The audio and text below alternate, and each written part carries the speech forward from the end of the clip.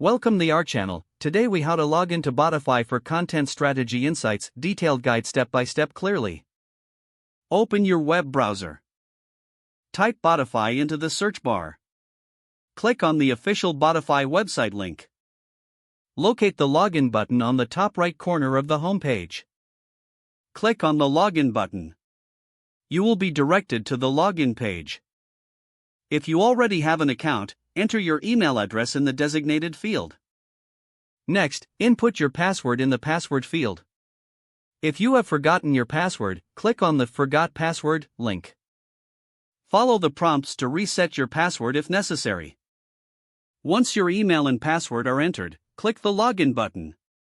Wait for the system to process your login details. If your credentials are correct, you will be redirected to the Botify dashboard. Now that you are logged in, explore the navigation menu on the left side of the screen.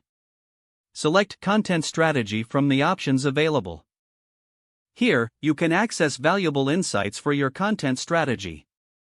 Take a moment to familiarize yourself with the features available under this section. You can view analytics, keyword suggestions, and performance metrics. Utilize these insights to optimize your content effectively.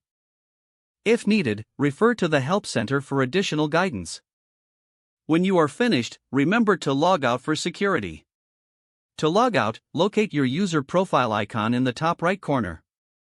Click on the icon and select the Logout option.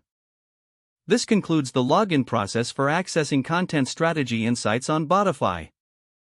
If the page does not load, refresh the browser or try again in a private or incognito window. Make sure you are using the correct email address, then retype it carefully to avoid small typos.